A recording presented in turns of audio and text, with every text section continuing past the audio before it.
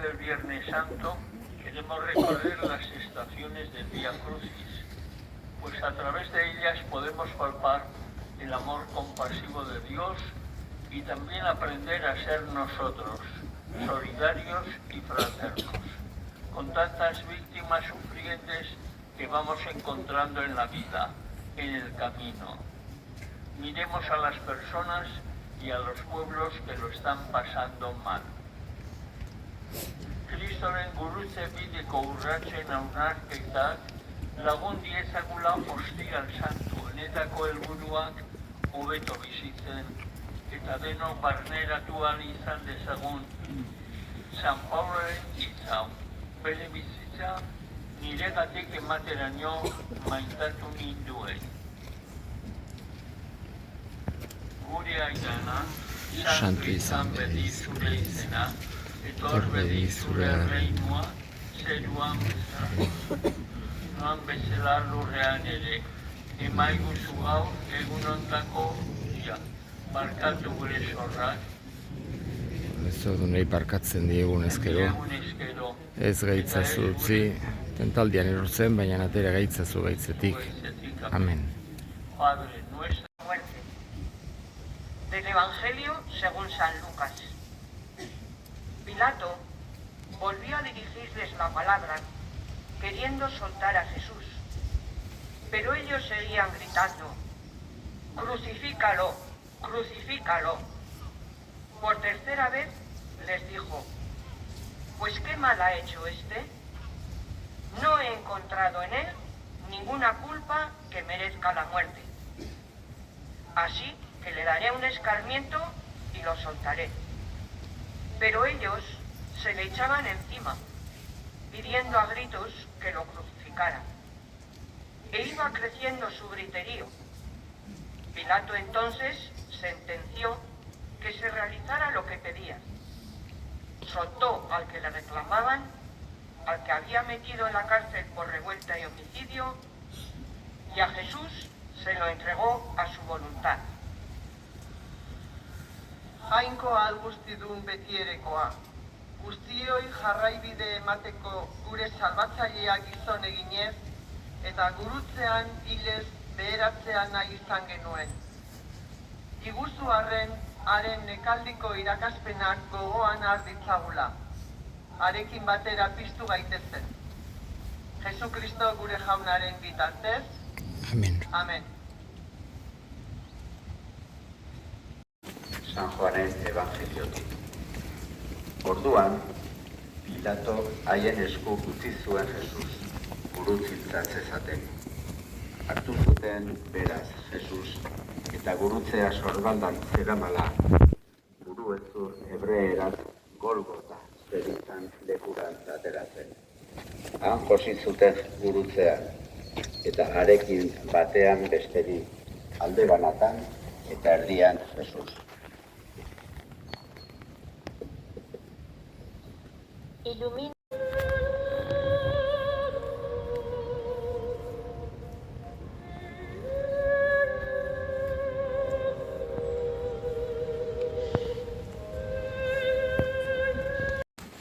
Jesús cae por primera vez. De la carta a los hebreos. Cristo, en los días de su vida mortal, a gritos y con lágrimas, presentó oraciones y súplicas al que podía salvarlo de la muerte, siendo expulsado por su piedad filial. Y aun siendo hijo, aprendió sufriendo a obedecer, y llevado a la consumación, se convirtió para todos los que lo obedecen en autor de la salvación eterna.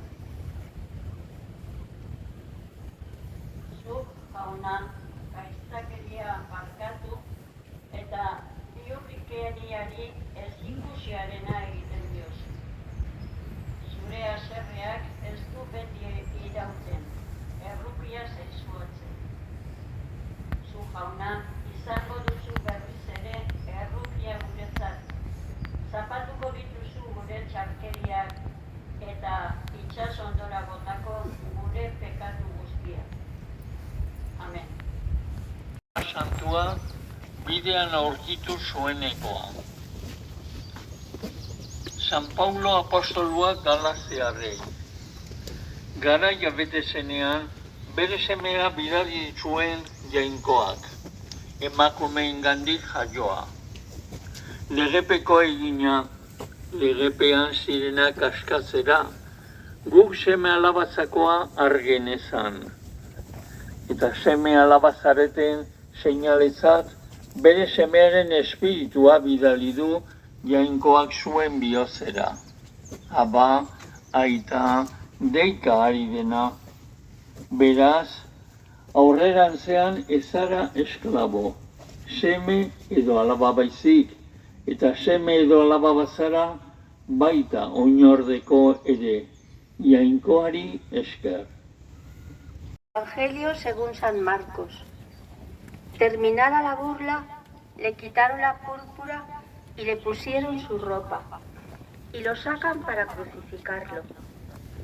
Pasaba uno que volvía del campo, Simón de Cirene, el padre de Alejandro y de Rufo, y lo obligaron a llevar la cruz.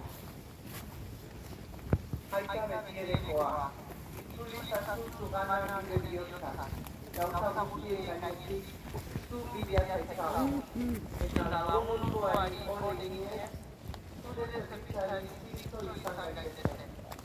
Jesus Kristo gure bakararen bitartez. Amen.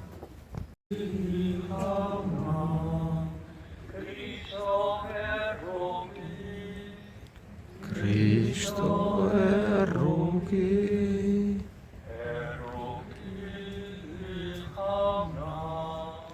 Erruki jauna. Zionekoa. San Lukasek Evangelio. Aldi hartan, fariseu batek bazkaltzera gonbidatu ziban Jesus. Erantzen ba, Jesus fariseuaren etxera eta mailan jarri zen. Honetan, emakume bat, herrian bekatari bezala, ezaguna zena, Jesus fariseuaren etxean bazkaltzen zela jakinik, bertara joan zen, auzurizko ontzi bat ukendu zeramala. Jesusen atzean, oinen ondoan, jarri zen negarrez eta haren oinak malkoz bustitzen hasi zen. Gero hileaz xukatu eta musukatu ondoren, ukenduz gantzutu zizkion. Hau ikusirik, gonbidatu zuen fariseuak bere baitan zion. Gizon honek benetan profeta balitz. Jakin behar luke zer nolakoa den bera ukitzen ari den emakumea. Bekataria baita.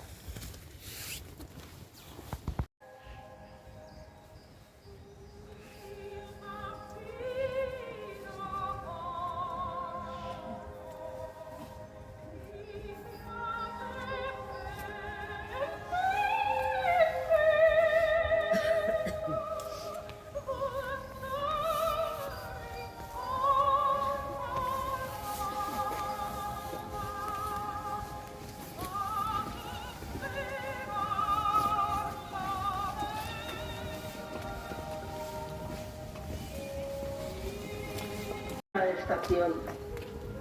Jesús cae por segunda vez. Del libro del profeta Isaías. Creció en su presencia como brote, como raíz en tierra árida, sin figura, sin belleza. Lo vimos sin aspecto atrayente, despreciado y evitado de los hombres, como un hombre de dolores, acostumbrado a sufrimiento, ante el cual se ocultaban los rostros, despreciado y desestimado. Él soportó nuestros sufrimientos y aguantó nuestros dolores. Nosotros lo estimamos leproso, herido de Dios y humillado, pero Él fue traspasado por nuestras rebeliones, triturado por nuestros crímenes. Nuestro castigo saludable cayó sobre Él. Sus cicatrices nos curaron. Jauna, zuk esan zenuen, ez duzula pekatariaren heriotza nahi. Bihotz berritu eta zure ondoan zoriontsu bizitzea baizik. Seme ondatzaileak bezala desatzen ditugu. Eta pekatu egin dugu zeruaren aurka eta zure aurka. Ez dugu zure seme-alaba izenik merezi, baina badakigu errukitzu zarela. Gure harimak zure errukian du itxaropen. Amen. San Lukasen Evangeliotik. Herriko jende talde handia zijoan Jesusen ondoren, baita emakume asko ere, bulatkoka eta harekatik haieneka. Itzuli zen Jesus haiengana eta esan ziren. Jerusalengo emakumeok, ez egin nigarri. Egizuen nigar zeuengatik eta zeuen seme-alabetatik. Ara, badatoz honako hau esango den egunak. Zorionekoak, agorrak, aurri sortu ez duten sabelak eta hazi ez duten bularrak. Orduan honela hasiko dire mendiei esaten. Eros zaitezte gure gainera eta muinoi, eskuta gaitzazue. Izan ere, egurrezeari hau egiten badiote, zer ote diote egingo iarrari?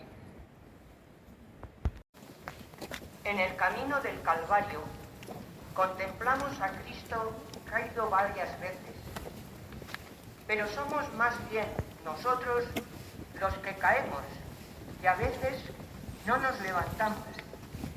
Y es lo que quiere Jesús de nosotros, que nos levantemos para hacernos libres y felices. Es precisamente para lo que vino a este mundo. Escuchamos el relato del perdón de la mujer adúltera narrado por el evangelista San Juan.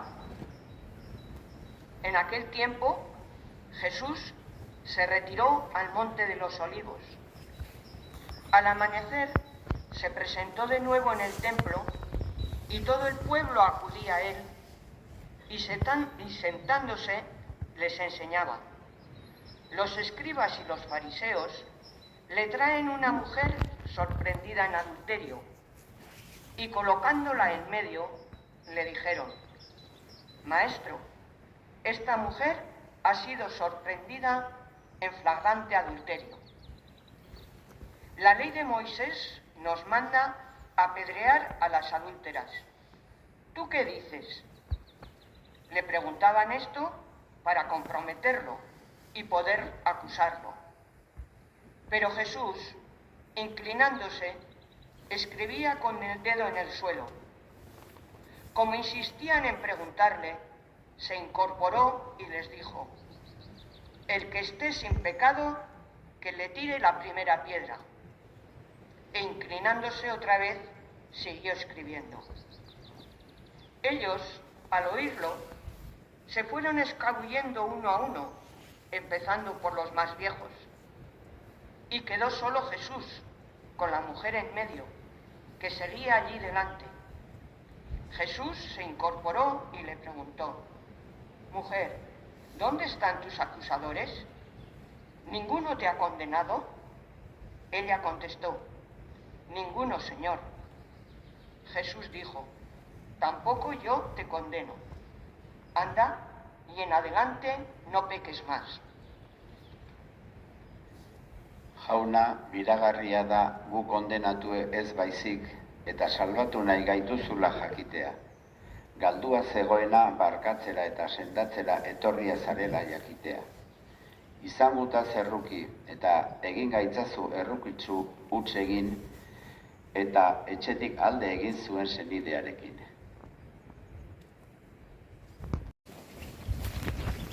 Amargarren egonaldia.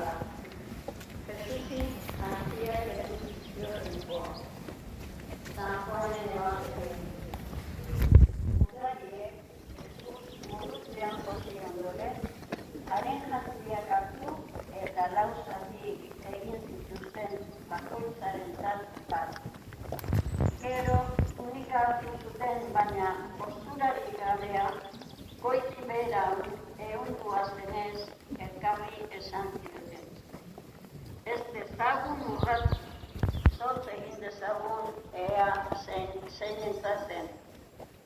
Horrela bete zuen liburu santuak dioena. Nire jantziak beren artean banatu zituzten, eta nire tunikak zotz egin. Hain zuzen ere, horixe egin zuten gudariek. Izanez, ez gehiago bekaturik ene jangoiko lastana.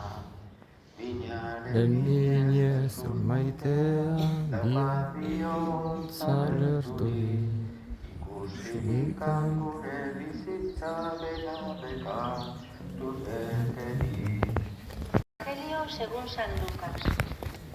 Uno de los malhechores crucificados lo insultaba diciendo: ¿No eres tú el Mesías? Sálvate a ti mismo y a nosotros. Pero el otro, respondiéndole e increpándolo, le decía: ¿Ni siquiera temes tú a Dios, estando en la misma condena?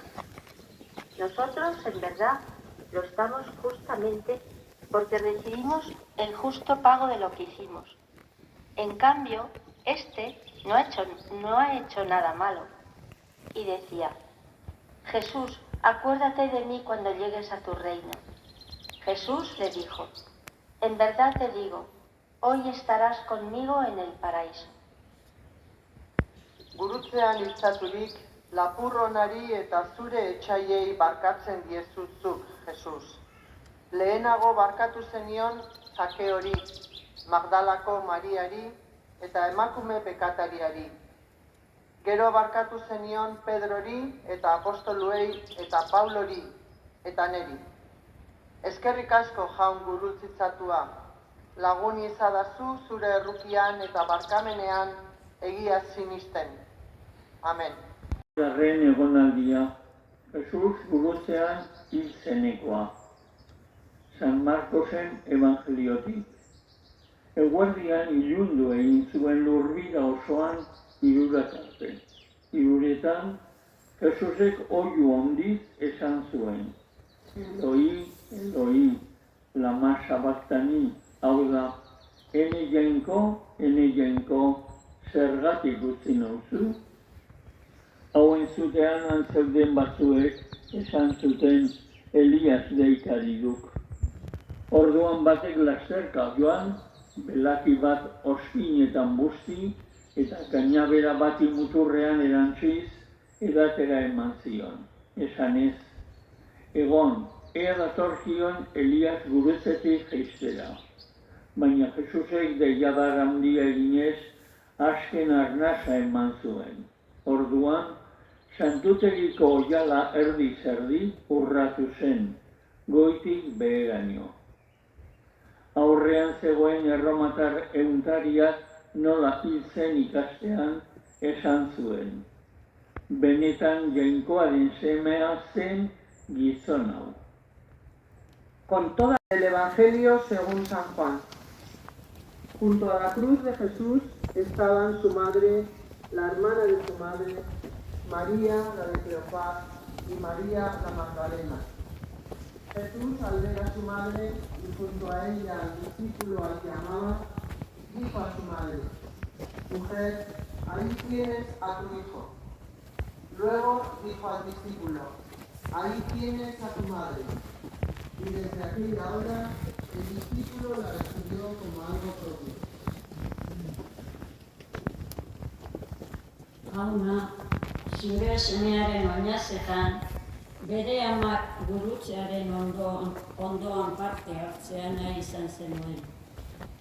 Emaiozu Elizari eta Mariarekin bat egitea, Jesusen ekaldian, gero bat egitekoarekin piztu eran. Jesu Kristo gure jaunaren bitartez. Amen.